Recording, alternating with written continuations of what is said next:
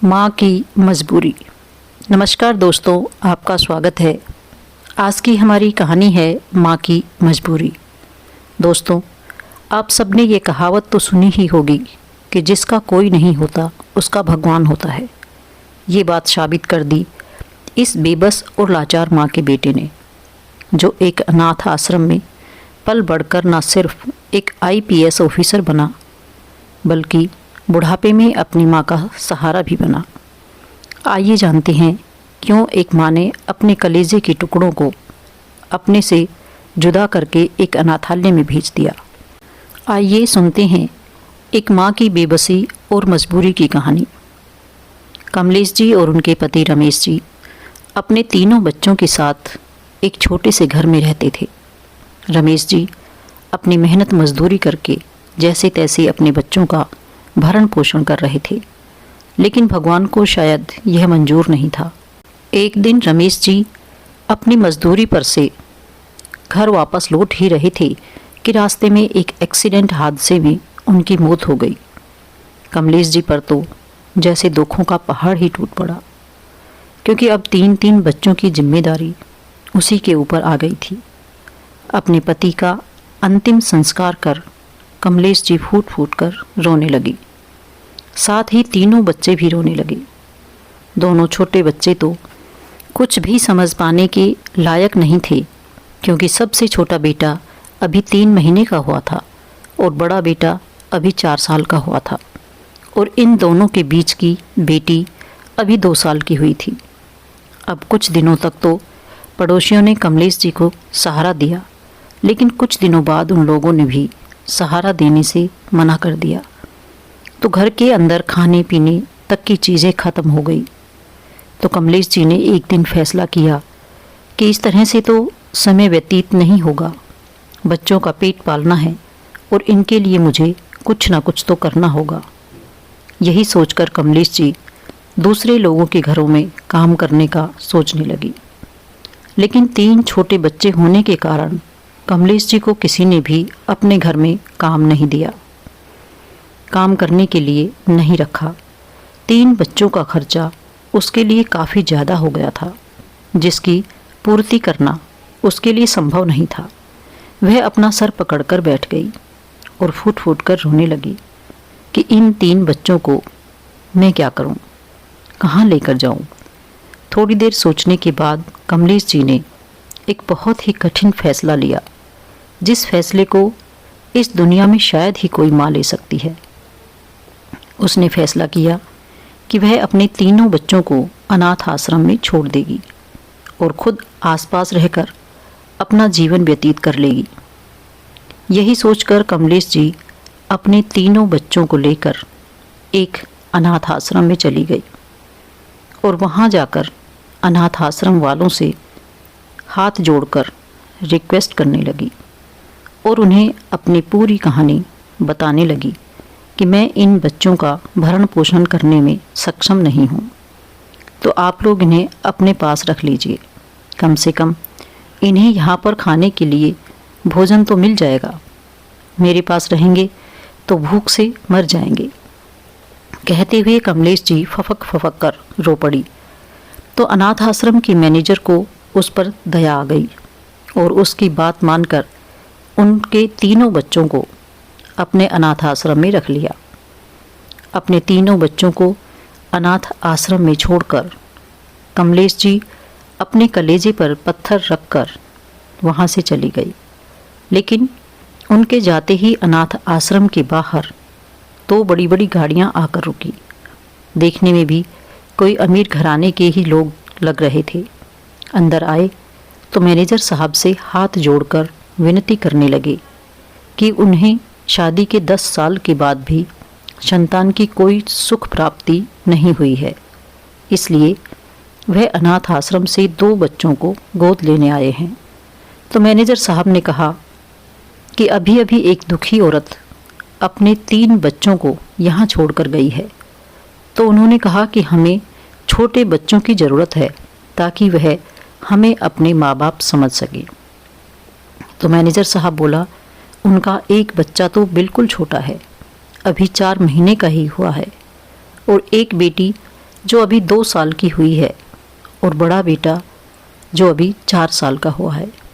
आप उनके दोनों छोटे बच्चों को गोद ले सकते हैं। तो उन्होंने भी खुशी खुशी हाँ बोल दिया। तो मैनेजर साहब ने भी उनके डॉक्यूमेंट जमा करके कमलेश जी के दोनों छोटे बच्चे उन्हें गोद दे दिए। तो अब उनका बड़ा बेटा विक्रम अकेला रह गया। उसे किसी ने गोद नहीं लिया क्योंकि उसकी उम्र ज़्यादा हो गई थी। और जो लोग भी बच्चे को गोद लेने आते हैं तो वह अक्सर छोटे बच्चे को ही पसंद करते हैं। इसलिए विक्रम अकेला रह गया। थोड़े दिन तो विक्रम बहुत उदास रहा, रोया, लेकिन धीरे धीरे बाकी बच्चों के साथ उसे भी आदत हो गई और वह भी वहीं पर अपना जीवन व्यतीत करने लगा। 1 साल बाद विक्रम 5 साल का हो गया तो अनाथ आश्रम वालों ने बाकी बच्चों की तरह उसकी भी पढ़ाई लिखाई शुरू करवा दी। धीरे धीरे समय बीतता गया और समय के साथ साथ विक्रम ने अनाथ आश्रम में रहकर ही अपनी स्कूली एजुकेशन को कंप्लीट कर लिया। लेकिन वहाँ रहकर विक्रम बार बार यही देखा करता कि जो भी व्यक्ति वहाँ से बच्चों को अडॉप्ट करने के लिए आते उनके पास बड़ी बड़ी कार होती और अच्छे अच्छे कपड़े पहन कर आते। उनको देखने से यह साफ पता चलता कि यह लोग काफ़ी पैसे वाले हैं, जिसे देखकर विक्रम के मन में भी पैसा कमाने की इच्छा जाग उठी। वह सोचने लगा कि अगर मैं यहीं रहा तो कभी भी इतना पैसा नहीं कमा पाऊंगा और मुझे भी ऐसी ही ज़िंदगी जीनी है। यही सोचकर विक्रम 18 साल का होने के बाद अनाथ आश्रम को छोड़ दिया और बाहर निकलकर पैसा कमाने के लिए काम की तलाश में घूमने लगा। तो भगवान ने भी उसकी सुन ली। सुबह सुबह उसे न्यूज़पेपर बांटने का काम मिल गया, जिसे सुनकर वह बहुत खुश हुआ। थोड़े बहुत ही सही, लेकिन कुछ पैसे हाथ में आने लगे। सुबह सुबह वो न्यूज़पेपर बांटता और फिर अपने कॉलेज में जाता। धीरे धीरे समय बीतता गया और समय के साथ साथ विक्रम के सपने भी बढ़ते गए। अब उसकी ग्रेजुएशन कंप्लीट हो गई थी तो उसने ठान लिया कि चाहे जो भी हो जाए, उसे चाहे जितनी भी मेहनत करनी पड़े, लेकिन वह आईपीएस ऑफिसर बनकर रहेगा। यही सोचकर विक्रम दिन रात मेहनत करने लगा।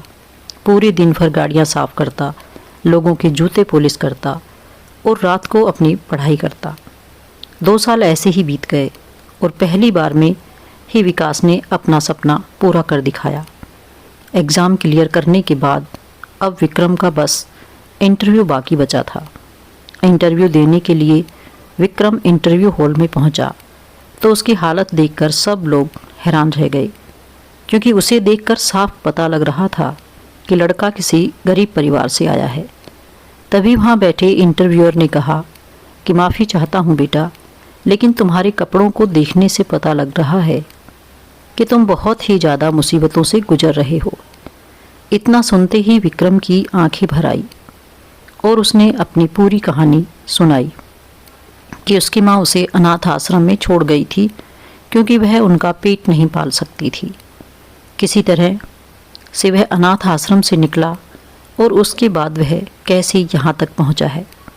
विक्रम ने पूरी कहानी सुनाई तो उसकी कहानी सुनकर इंटरव्यूअर हैरान हो गया कि अनाथ आश्रम में रहने के बावजूद भी यह लड़का यहाँ तक पहुँच गया, क्योंकि कुछ बच्चों की सब सुख सुविधाएं दी जाती हैं, लेकिन फिर भी वे लोग यहाँ तक नहीं पहुँच पाते।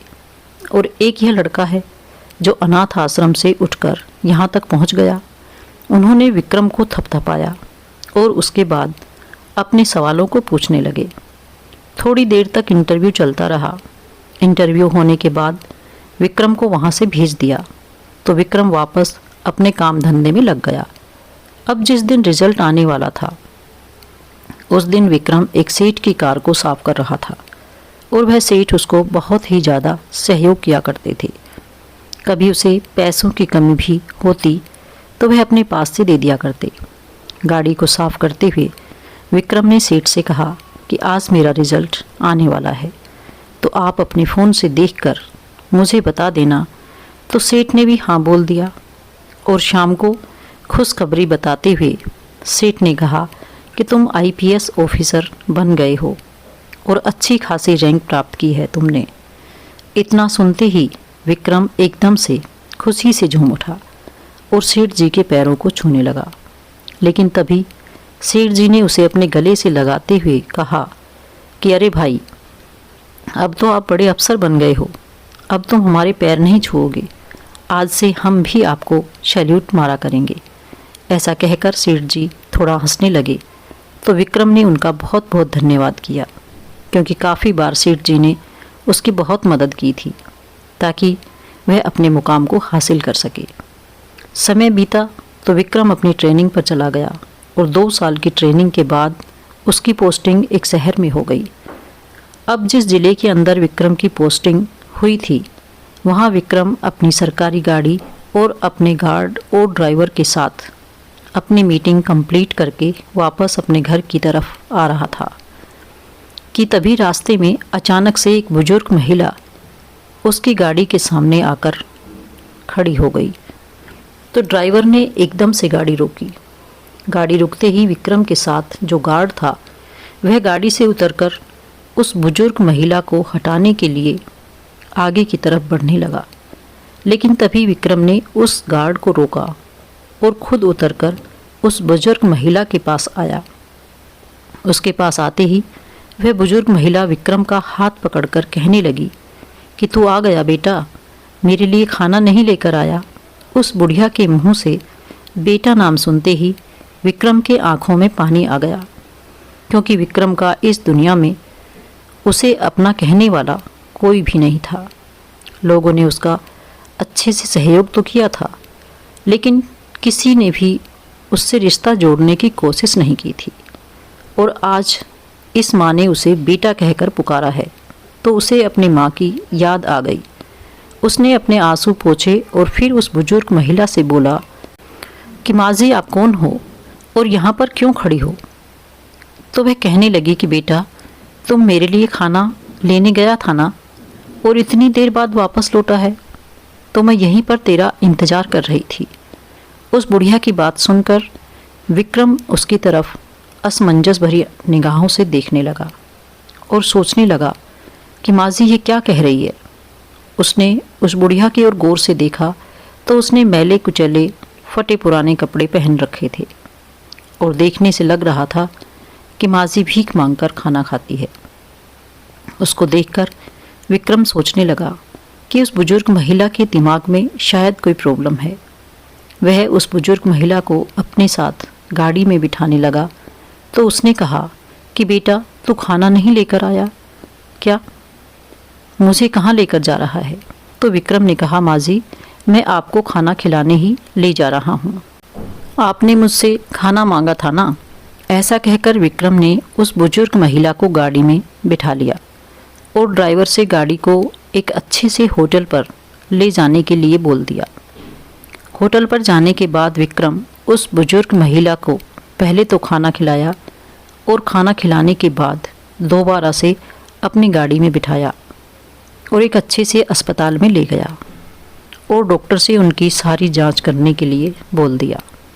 तो डॉक्टर ने उस बुजुर्ग महिला का चेकअप किया। चेकअप करने के बाद बताया कि इनके दिमाग में थोड़ी बहुत प्रॉब्लम है, अगर यह अच्छे से दवाइयाँ खाए तो ये ठीक हो जाएंगी।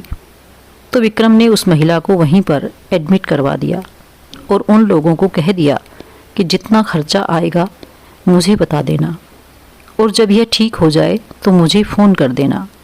धीरे धीरे 4-5 महीने बीत गए कि तभी एक दिन अचानक से डॉक्टर का विक्रम के पास फ़ोन आया और उसने बताया कि जिस माँ जी को आप यहाँ पर छोड़कर गए थे उनकी हालत अब ठीक हो गई है और अब आप उन्हें डिस्चार्ज करवा सकते हो। तो विक्रम अपनी गाड़ी लेकर अस्पताल गया और वहाँ से उस माँ जी को डिस्चार्ज करके अपने घर ले आया और घर लाने के बाद बोला कि माँ जी, आज से आप मेरे साथ यहीं पर रहोगी, यहाँ पर आपको किसी भी तरह की कोई परेशानी नहीं होगी। विक्रम की बात सुनकर उस बुजुर्ग महिला की आंखों से आंसू टपकने लगे। उसने कहा कि बेटा, तू कौन है और किस वजह से तू मुझे अपने साथ रख रहा है? तो विक्रम ने कहा, माँ जी, आप मुझे रोड पर मिली थी और वहाँ पर आपने मुझे बेटा कहा था। उसी क्षण मैंने सोच लिया था कि आज से आप मेरे साथ मेरी माँ बनकर रहेंगी। वैसे भी मेरा इस दुनिया में कोई भी अपना नहीं है, मैं तो अनाथ हूँ और अनाथ आश्रम में पला बढ़ा हूँ। अब जैसे ही विक्रम ने अनाथ आश्रम का नाम बुजुर्ग महिला के सामने लिया तो वह एकदम से फूट फूट कर रोने लगी। तो विक्रम जल्दी से उनके लिए पानी लाया और चुप कराने लगा। तभी थोड़ी देर बाद विक्रम ने उस माँ जी से पूछा कि माँ जी, आप इस तरह से क्यों रोने लगी? तो वह बुजुर्ग महिला बताने लगी कि बेटा, मेरा नाम कमलेश है और मेरे पति का नाम रमेश था। मेरे पति मेहनत मजदूरी किया करते थे और हमारा भरण पोषण किया करते थे। लेकिन तभी एक दिन अचानक से मेरे पति की हादसे में मौत हो गई। उसके बाद मैं अपने बच्चों को खाना तक भी नहीं खिला पाई। कैसी माँ हूँ मैं, अपने बच्चों को भी नहीं पाल सकी। 3 बच्चे होने के कारण किसी ने भी मुझे अपने घर में झाड़ू पोछा या बर्तन का कोई भी काम नहीं दिया, क्योंकि 3 बच्चों को मैं अपने साथ लेकर जाती थी। अब इतने छोटे बच्चों को छोड़कर भी नहीं जा सकती थी, इसलिए 3 बच्चों को मेरे साथ देखकर किसी ने मुझे काम पर नहीं रखा। बच्चों को भूखा मरते देख मैंने फैसला किया कि मैं अपने 3 बच्चों को अनाथ आश्रम में छोड़ दूंगी, ताकि कम से कम उन्हें वहाँ खाना तो मिलेगा। यही सोचकर मैंने अपने 3 बच्चों को अनाथ आश्रम में छोड़ दिया। उस बुजुर्ग महिला की बात सुनते ही विक्रम को अपने बचपन की यादें आने लगी। उसने पूछा कि माँ जी, यह बताओ आपके बड़े बेटे का नाम क्या था? तो बुढ़िया ने कहा कि बेटा, मेरे बड़े बेटे का नाम तो विक्रम था, लेकिन तुम क्यों पूछ रहे हो? क्या तुम मेरे बेटे को जानते हो? तो विक्रम ने रोते हुए झट से उस बुजुर्ग महिला को अपने गले से लगा लिया और फूट फूट कर रोने लगा और बोला कि माँ, मैं ही तो हूँ, वह तेरा विक्रम। इतना सुनते ही कमलेश जी को यकीन नहीं हुआ कि यह उसका वही बेटा है जिसको वह अनाथ आश्रम में छोड़कर आ गई थी। उसने रोते हुए कहा, लेकिन बेटा, मैं तो अपने 3 बच्चों को अनाथ आश्रम में छोड़कर आई थी और तुम तो एक ऑफिसर हो। तो थोड़ी देर बाद विक्रम शांत हुआ और फिर अपनी माँ कमलेश जी को अपनी पूरी कहानी बताई कि कैसे वह अनाथालय से निकलकर दिन रात मेहनत करके एक आईपीएस ऑफिसर बना है।